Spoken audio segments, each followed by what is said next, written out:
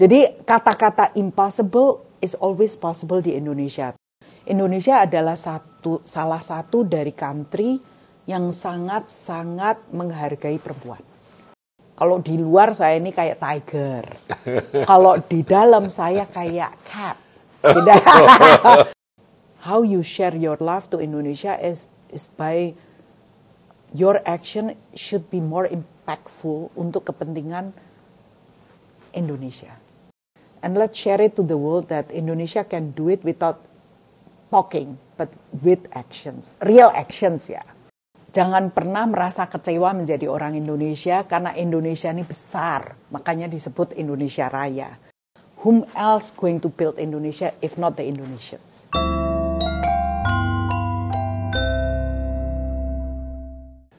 Teman-teman Indonesian New Yorker, kali ini kita kedatangan tamu yang luar biasa, yaitu Mbak N. Patricia, Deputy Presiden Direktur PT Pan Brothers, ini salah satu perusahaan yang cukup besar di Indonesia.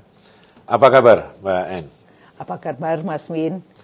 Selamat sore semuanya para pemirsa di New York. Ya. Jadi ini 2 hari landing di New York ya kemarin. Mudah-mudahan sudah tidak kedinginan lagi.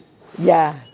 Mbak En, ini kita kepingin sharing dengan teman-teman Indonesia New Yorker nih terkait ekonomi Indonesia yang katanya nih di tahun 2023 ini ekonomi dunia dalam kondisi yang agak tidak menentu lah.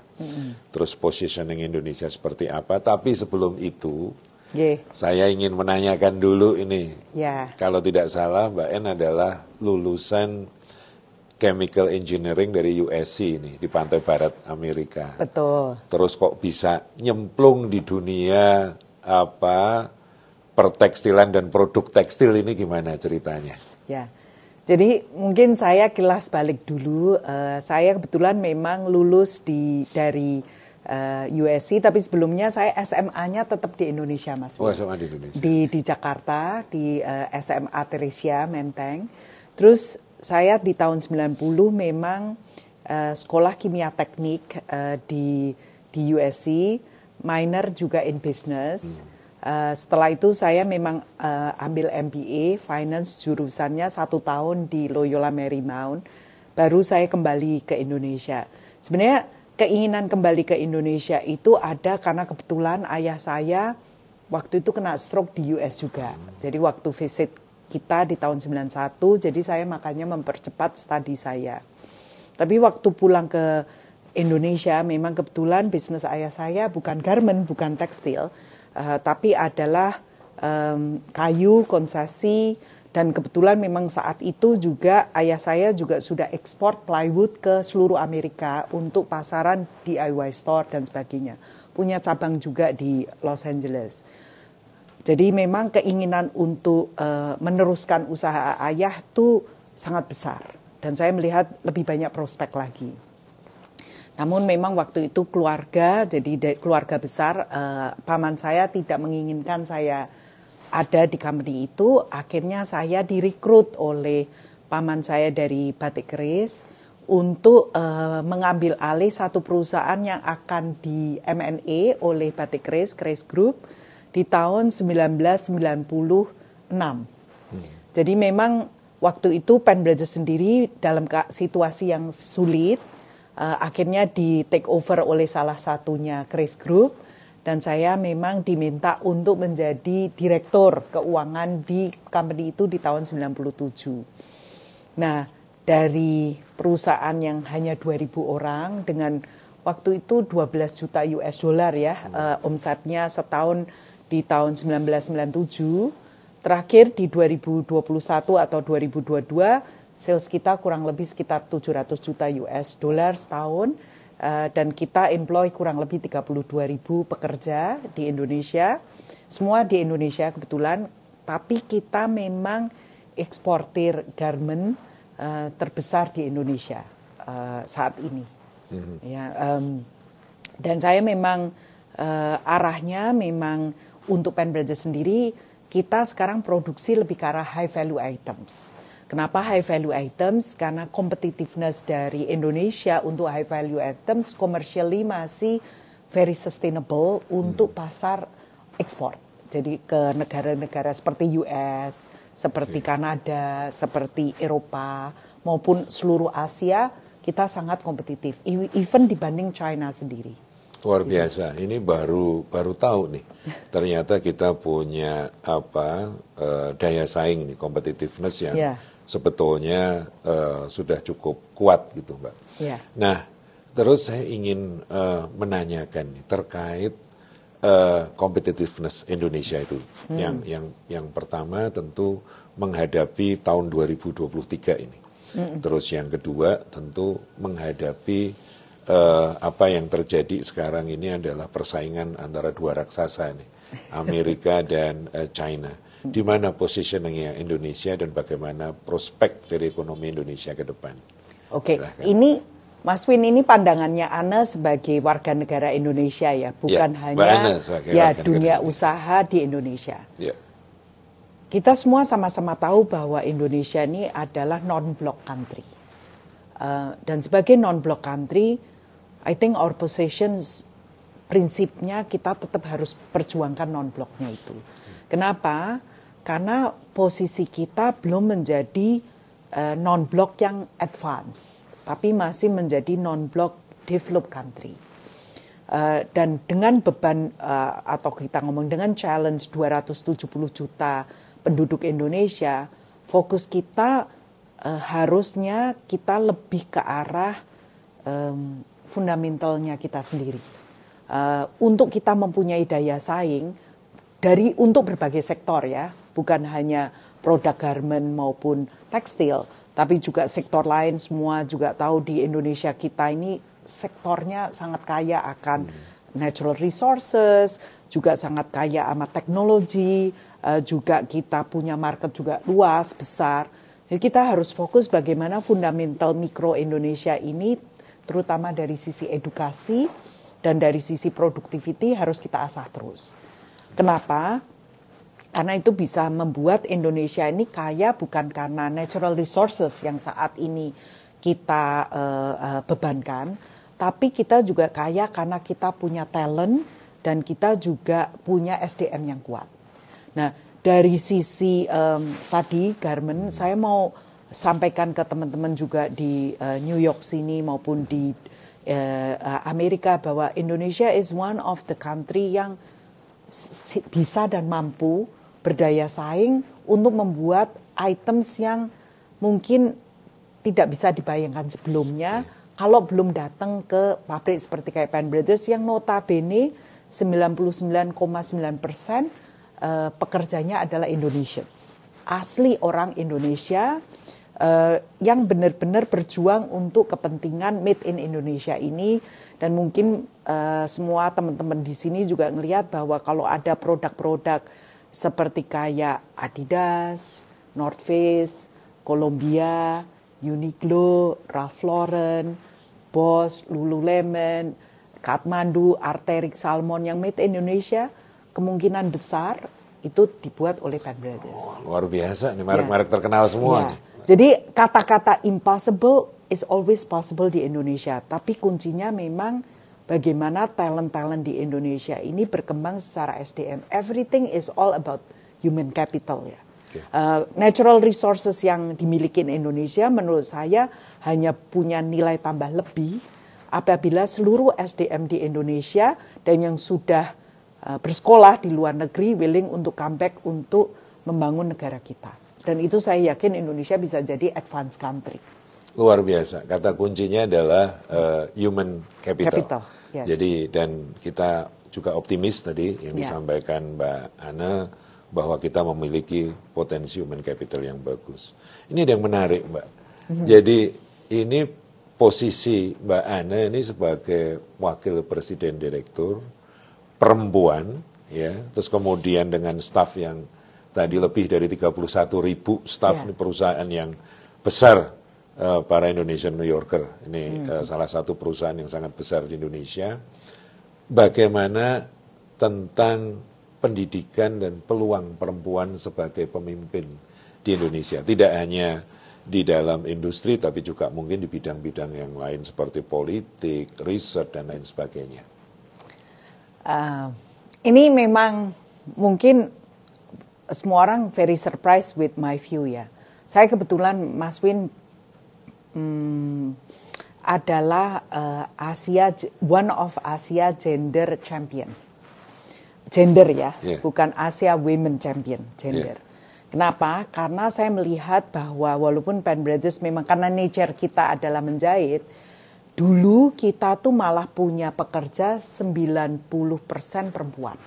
10% laki-laki dan rata-rata laki-lakinya lebih ke arah middle level management up.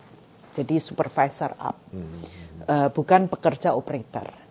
Sejak tahun 2014 pada saat kita menjadi juga founding membersnya Indonesia Business Coalitions on Women Empowerment, yang kita lihat adalah bukan hanya sekedar berapa persen wanita di dunia kita, tapi berapa persen peranan wanita di tatanan seperti kayak middle management level up.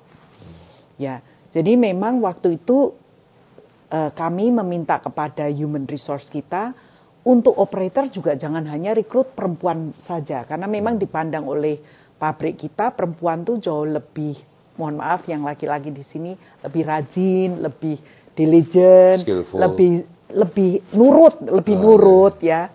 Tapi itu kan stereotype ya. Jadi saya selalu ngomong sama tim kita, kan kita menuju industri 4.0, kita harus bisa gender equal. So both in operator kita juga harus equal recruit the men. Nanti kita lihat mana yang lebih perform. So all should be performance based. Dan di level perempuan kita harus push untuk mereka bisa menjadi middle level management. Nah, alhamdulillah sekarang kita 70% perempuan di level operator, 30% laki-laki, dulu 90%. Di level middle level dulu 80% perempuan, 80% laki-laki, 20% perempuan. Sekarang 51% laki-laki, 49% perempuan. Jadi memang ada promosi-promosi yang tidak dipaksakan, memang mereka ingin dan mempunyai kemauan untuk menjadi middle level management. Kalau top managementnya memang selalu 50-50 somehow. 50-50 di mana suara perempuannya kelihatannya kayak 70%, tapi sebenarnya secara manpower selalu 50-50 since back then dari 2010-2011. Kita memang women equality-nya sudah sangat baik. Dan mungkin bagi teman-teman yang belum kembali ke Indonesia, Indonesia adalah salah satu dari country yang sangat-sangat menghargai perempuan. Sepanjang perjalanan karir saya selalu saya di Indonesia, belum pernah saya memang bekerja di luar negeri. Tapi yang jelas di Indonesia ini memang women pertama di respect sebagai seorang ibu, kedua di bekerja kita nggak pernah dilecehkan. Lain dengan mungkin negara lain, saya nggak nyebutin negaranya, pada saat kita meeting selalu kita meetingnya sama all men. Ya, karena women-nya memang somehow in the background, bisa jadi interpreter atau pembantu dari all the top management. Tapi kalau di Indonesia, sebagai negara develop, saya bisa sampaikan bahwa Indonesia sangat menghargai perempuan. Dan saya cuma pesan-pesan terhadap perempuan, karena sebenarnya saya selalu menganggap perempuan itu hakikatnya harus tahu posisi juga. It's good untuk kita empower women, tapi kita juga perlu menghargai laki-laki. Karena for me, di dalam sepanjang karir kita, Mas, equality between men and women itu sesuatu yang kita harus hormati. Kalau kita nggak mau menghormati laki-laki, bagaimana laki-laki mau menghormati kita sebagai perempuan? Kan kadang-kadang kalau feminis kan, gue nggak butuh laki, gue lebih jago dari laki. I don't think it's true. I think we need each other. It's like yin and yang. There is a reason why yin and yang is there. And that's the reason why perempuan sama laki-laki itu equal di mata semua orang, karena we are not more than men juga. Dan sebagai ibu, saya sendiri kan ibu dari 2 orang anak ya, 1 laki-laki, 1 perempuan. I think our role as mom and as wife kita harus tahu diri juga. Kalau di luar saya ini kayak tiger, kalau di dalam saya kayak cat. Jadi memang senengnya di lus-lus. Kalau di luar saya kayak tiger. So I think it's my shout out to all the Indonesian women dimanapun berada. Let's respect each other sebagai women dan juga sebagai men, because basically we are destined to partner up in household as spouse, tapi juga as a business partner or as colleague. Ini menarik, teman-teman Indonesia New Yorker. Ada beberapa kata kunci tadi, gender equality, shared responsibility, dan yang terakhir itu respect each other. Luar biasa. Jadi dan bahkan kalau saya lihat ini Mbak Ana, di Indonesia penghargaan terhadap perempuan ini kan sangat tinggi. Salah satu contoh kata ganti dari negara Indonesia pun Ibu Pertiwi.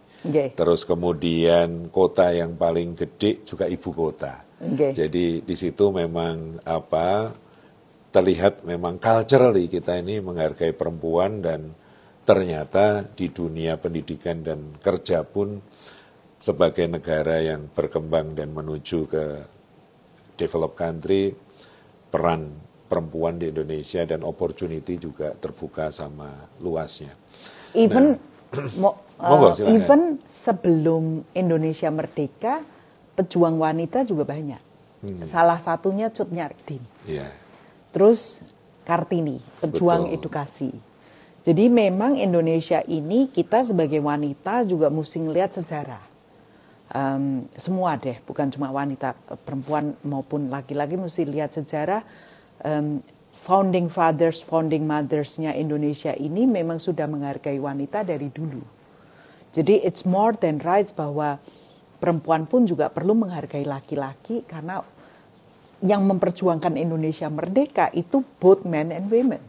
Nah, I think this combinations is good juga, karena kita juga bisa sharing kepada dunia how Indonesians actually share role responsibility itu di dalam dunia bisnis maupun household, dan bagaimana kita juga bisa menghadapi disrupsi challenging 2023. Tadi kan Mas Win sempat tanya, 2023 adalah disruptions dunia. Tapi bagaimana Indonesia bisa menjaga stabilitas kita, itu yang penting kan stabilitas. I think that shared responsibility between the Indonesians women and men is need to be there. Ya, dan bukan hanya di pemerintahan, tapi juga di dunia usaha maupun juga sebagai rakyat Indonesia. Semua selalu nanya sama saya, I'm not in politics, Mas, tapi I'm also not in kabinet, you know me. Tapi saya selalu merasa bahwa if you are you say yourself that I love Indonesia, how you share your love to Indonesia is by your action should be more impactful untuk kepentingan Indonesia. Luar biasa. Dan itu hanya bisa kalau kita tuh share a good governance kepada surroundings kita. Kan kadang-kadang semua orang ngomong gampang, melakukan sulit. Saya selalu ngomong betul. Makanya let's not talk, let's do a lot of actions, and let's share it to the world that Indonesia can do it without talking, but with actions, real actions ya. Jadi ini bahasanya bahasa performance nih, bahasa kinerja, bahasa action. Ini memang luar biasa, dan kita juga bisa lihat di kabinet perempuan-perempuan perkasa di kabinet seperti Bu Menteri Luar Negeri sendiri yang kemudian Bu Retno, Bu Sri Mulyani itu kan juga dan portfolionya pun sangat powerful ya sebagai Menteri Luar Negeri, Menteri Keuangan, sudah memberikan contoh betapa perempuan di Indonesia bisa berkiprah luar biasa. Nah, sebelum mengakhiri dialog kita lah, sharing kita, ada satu hal yang ini kan banyak anak-anak muda, mitra-mitra muda Indonesia yang sekarang sedang menuntut ilmu maupun bekerja di Amerika Serikat. Ya, ini kira-kira apa nih himbauan atau apa semacam ajakan nih dari Mbak Anne terkait teman-teman muda yang sedang menimba ilmu maupun yang berkiprah di Amerika Serikat ini untuk sama-sama membangun Indonesia. Silahkan, ya. Mbak. Ini. Mas Win, saya selalu sampaikan ke teman-teman saya di Indonesia maupun yang berada dimanapun ya, bukan hanya di Amerika, terutama all the Indonesians. Orang luar melihat Indonesia kan mungkin dari kacamata pertama sosial media dulu, atau dari kacamata misalnya news yang ada di newspaper. Tapi yang lebih penting adalah how we the Indonesians conduct our actions here. Ya, karena mereka tidak akan begitu mudah percaya social media, especially pada saat mereka memberikan suatu negative response on us. Kalau mereka melihat orang Indonesia dimanapun kita berada, baik kita semua yang tinggal di negara manapun, termasuk di Amerika maupun yang sedang belajar, kalau kita ini tetap membawa santunnya kita sebagai Indonesia. Santun kita semua juga belajar bahwa kita itu punya Pancasila. Pancasila kita adalah 5 fundamentals, yaitu kita percaya sama Tuhan. Jadi kita menghormati satu sama lain yang berbeda agama. Yang kedua, kita fair terhadap kemanusiaan. Jadi kita feel the humanity. Ya, jadi Indonesia itu bukan hanya orang, nama, tapi adalah suatu legacy. Ya. Yang ketiga, we understand about teamwork, gotong royong kan, persatuan. Ya, kita nggak ingin ada kecerabraian, even di dalam kampung-kampung kita, even di New York atau even di manapun kita berada, di DC, di Los Angeles. Jadi kita melihat kalau ada yang mau istilahnya provocate, kita will need to push the love about humanity. Yang kita juga perlu fair bahwa everyone wants to be treated fairly, regardless the gender, also regardless the race. Nah, I think that's the spirit. Indonesia perlu share that common legacy among us, sehingga kalaupun ada media yang menjelek-jelekan kita sebagai Indonesia, itu mereka akan brush off. Nggak mungkin. I know a lot of friends from Indonesia, they are not like that. So, itu equal share responsibility dari kita semua yang mengakui Indonesia sebagai tanah air untuk membawa dirinya seperti itu. Itu satu.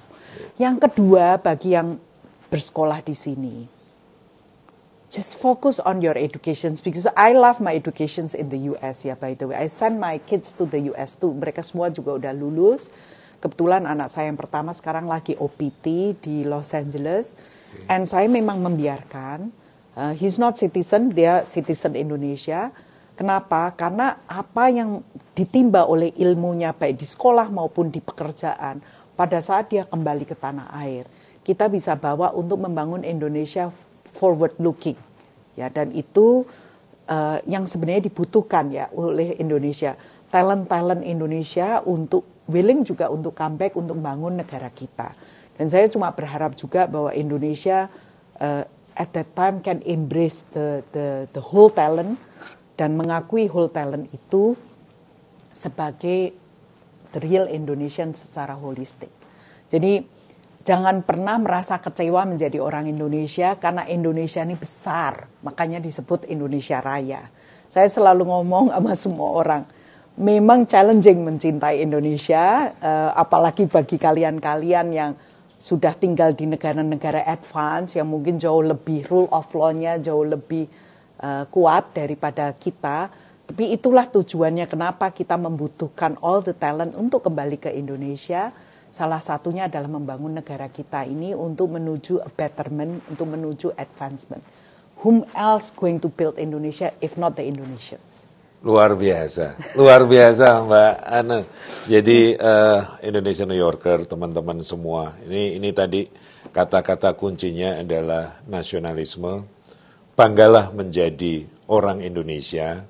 Memang Indonesia belum sempurna, tetapi disitulah peranan kita untuk berkontribusi semakin menyempurnakan Indonesia. Dan bagi yang sedang belajar di sini, belajarlah dengan serius dan niatkan juga bahwa apapun kontribusi Anda terhadap Indonesia adalah sangat ditunggu-tunggu. Dan jangan lupa bahwa tadi, values of Indonesia, be humble, ramah, gotong royong, dan lain sebagainya, seperti yang tertuang di dalam nilai-nilai yang ada di Pancasila, patut tidak hanya kita lestarikan, tapi juga kita amalkan. Dan Indonesia adalah negara yang besar, berperilakulah, bertindaklah, bersikaplah, sebagaimana layaknya satu negara besar. Luar biasa, Mbak Ana. Terima kasih, Mas Win. Saya terima kasih semua teman-teman untuk konjen. waktunya dan sharingnya. Sama-sama. Sukses selalu. Ya, Mbak Ana. thank you ya, Terima Mas. kasih. Thank you.